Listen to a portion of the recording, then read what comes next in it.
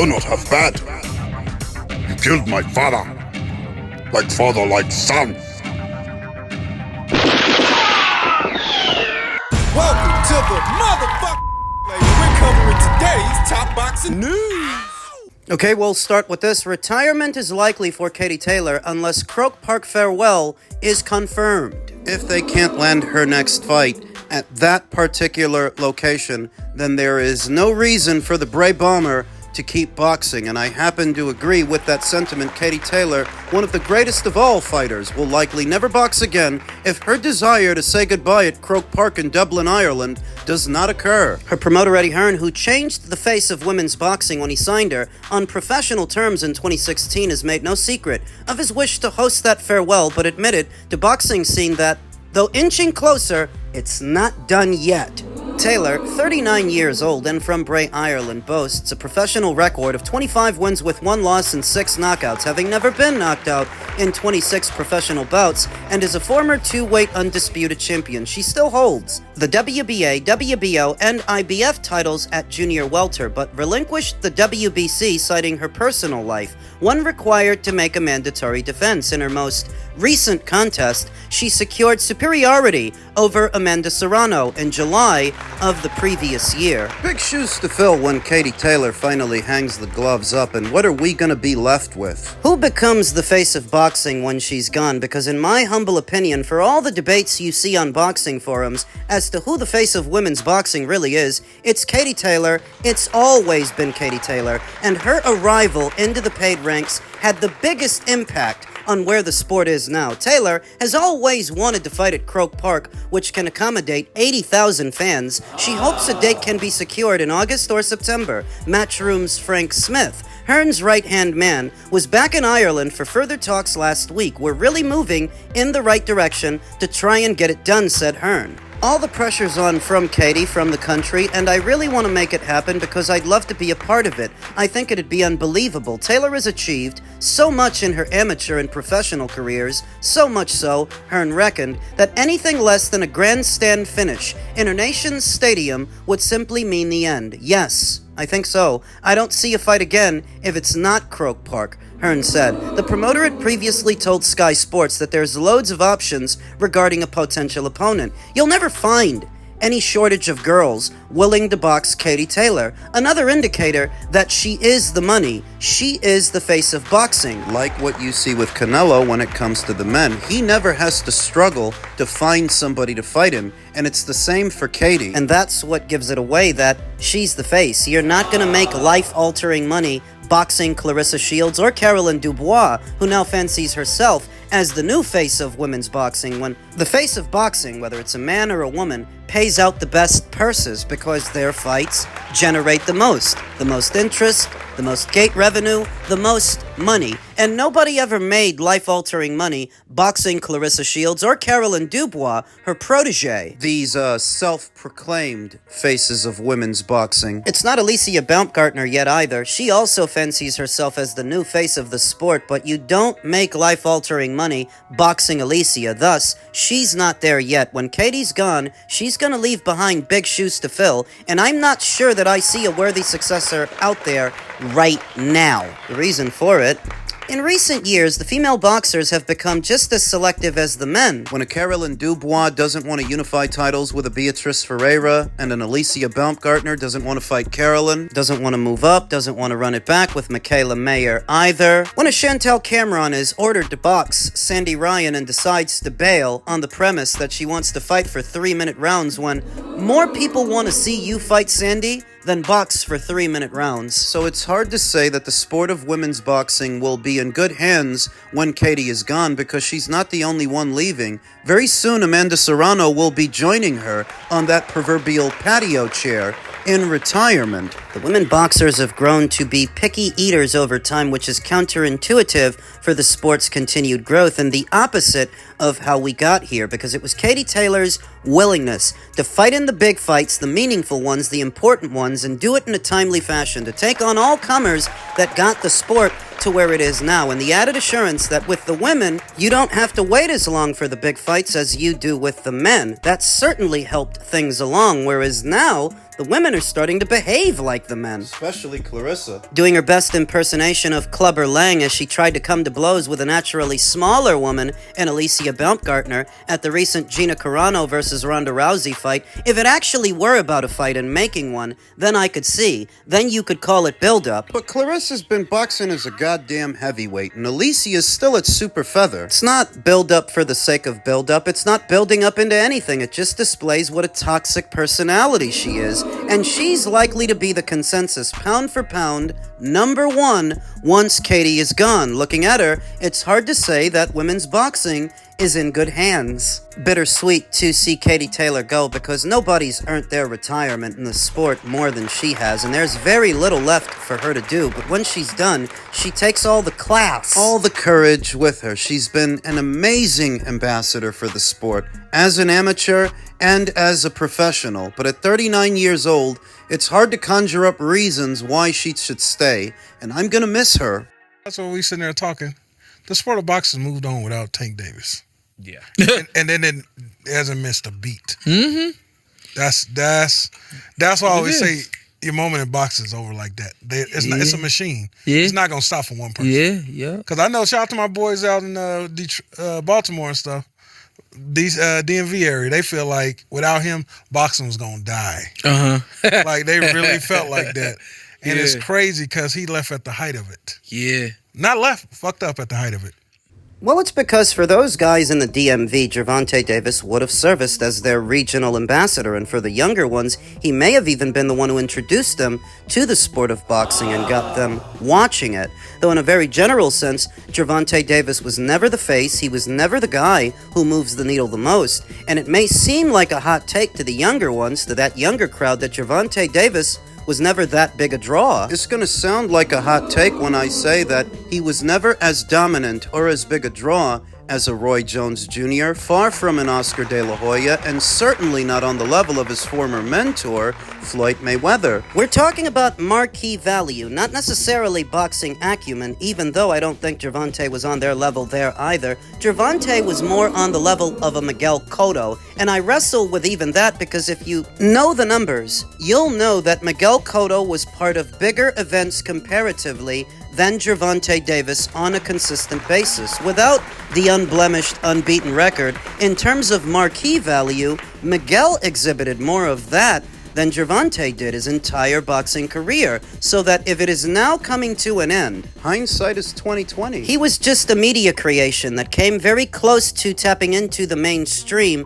but lacking the boxing acumen to keep it up. There's no real reason that he shouldn't have moved on to something bigger and something better after selling 1 million pay-per-views with Ryan Garcia, but instead, he moved backwards. He fought Frank Martin and sold next to nothing doing it, then sold even less with Lamont Roach, and looked human, and looked beatable, and instead of running it back, keeping up with the status quo in those situations, when you have a close fight with a guy, close enough that the judges ruled it a draw, you give him a rematch. That's what Floyd Mayweather did. And his fight with Castillo wasn't even ruled a draw, or his fight with Chino Maidana, but because the critics were talking, he decided to run it back and silence those critics, whereas Gervonta, he's just not cut from that cloth. That's a part of why he never crossed over, though he came close. He never had the ability, the boxing acumen, to not only gain, but maintain that massive audience by fighting in the biggest fights possible, which is why he never fought Teofimo,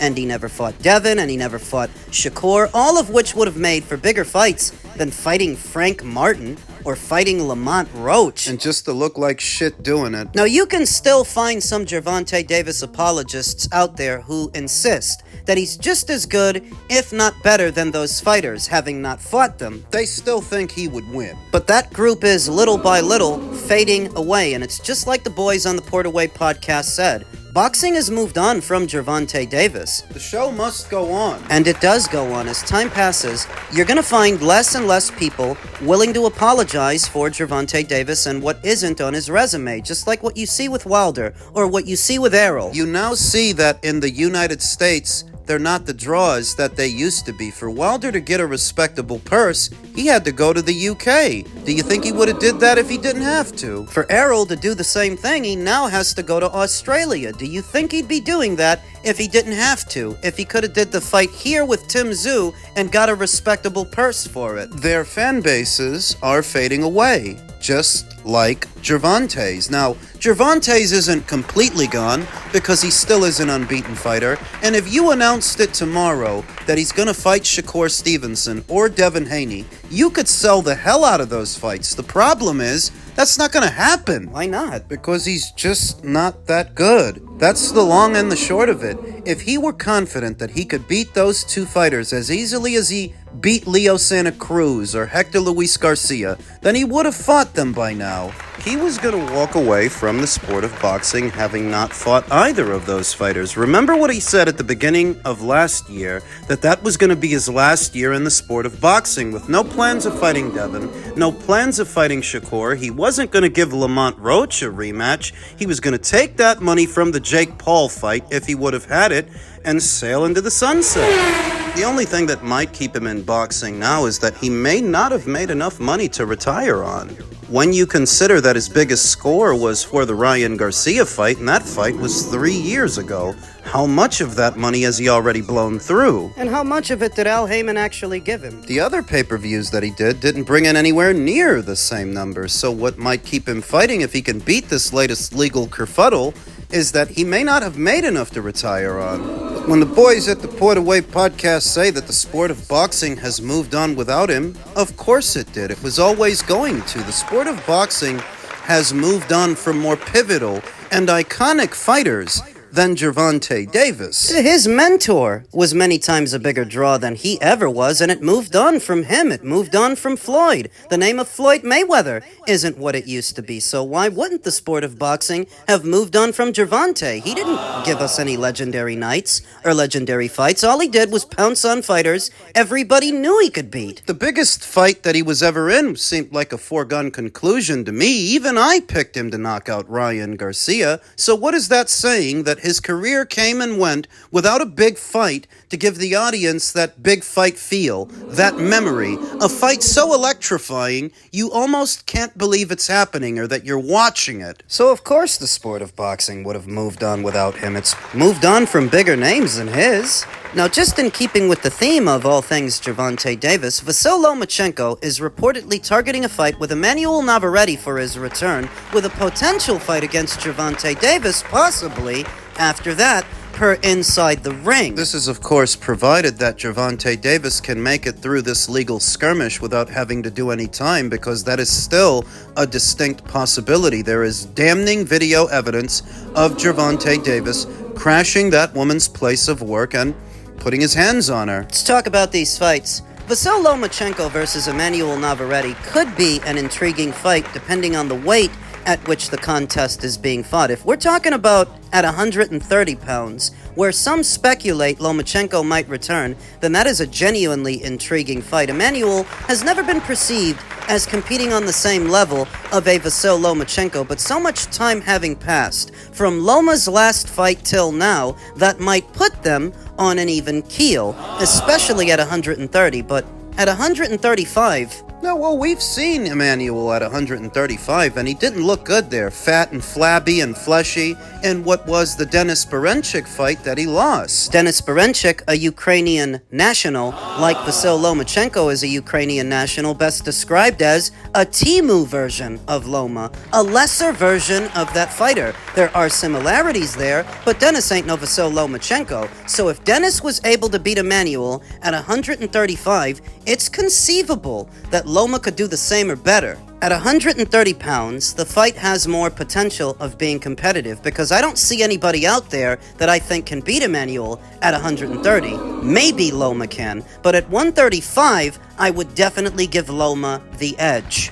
Doesn't Emmanuel have to fight Charlie Suarez? There was an ordered rematch between Emmanuel Navarrete and Charlie Suarez that eventually got delayed for what became the Nunez unification match. They put the Suarez rematch on the back burner. Because Emmanuel had found himself a new dance partner, now it would seem Charlie has found himself a new dance partner in Manuel Avila, who he's going to be facing in July. On the undercard of what's supposed to be that IBV show that they're doing in San Francisco to try to break the outdoor attendance record for a boxing match. That's what Charlie is doing now. So if Emmanuel doesn't have to fight Charlie, he's free to fight Loma. And let's be honest, if Emmanuel has to choose between a big payday with Loma and a big fight and fighting Charlie again, we all know what he's gonna choose. It's just a question of at what weight are they supposed to fight? Are they gonna fight at 130 for Emmanuel's 2 alphabet titles, or are they gonna do it at 135? And who's gonna promote it?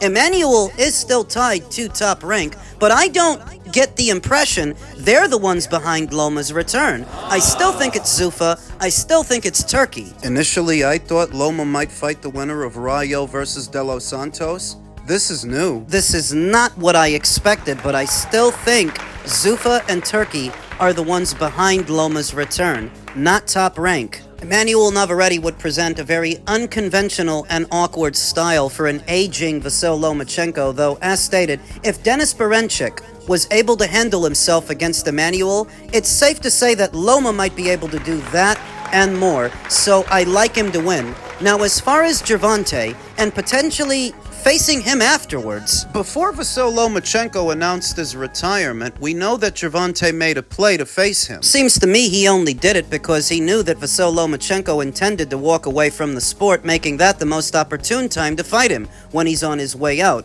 Needless to say, that did not materialize in a fight. A lot of time has passed, allowing the tables to turn. Because now, it's been a long while since Gervonta Davis had a fight, whereas Loma is already having one in the interim, so that if they should meet in the coming calendar year, it may be Gervonta Davis that is shaking off ring rust, shaking off cobwebs with a lengthy amount of time in between his last fight and his next one. After Gervonta Davis's performance with Lamont Roach in a fight that a lot of people think he lost, you saw a lot of people asking afterwards, who would have won between him and Lomachenko? If Loma wouldn't have retired, and he would have decided to have that fight with Gervonta, based on how Gervonta looked with Lamont, how would he have looked with Loma? He would have lost. I don't have a doubt in my mind.